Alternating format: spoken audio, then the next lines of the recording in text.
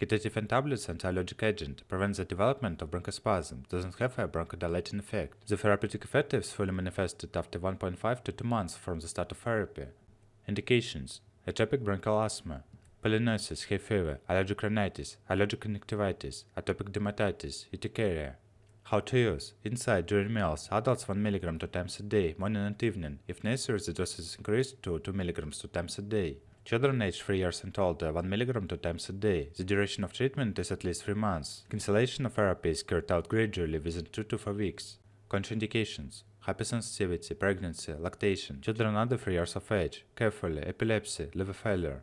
Special instructions: it is not desirable to abruptly cancel the previous treatment with beta antagonists, glucocorticosteroids, ECTH in patients with bronchial asthma and bronchospastic syndrome. After joining ketotifen therapy, cancellation is carried out for at least 2 weeks, gradually reducing the dose. Treatment is stopped gradually within 2 to 5 weeks, possible recurrence of asthmatic symptoms. For persons sensitive to sedation in the first 2 weeks, the drug is prescribed in small doses. Not intended for the relief of an attack of bronchial asthma. In patients simultaneously receiving oral hypoglycemic agents, the number of platelets in the peripheral blood should be monitored.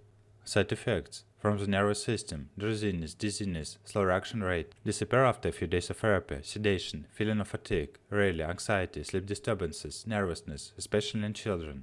From the digestive system, dry mouth, increased appetite, nausea, vomiting, gastralgia, constipation. From the urinary system, dysuria, cystitis.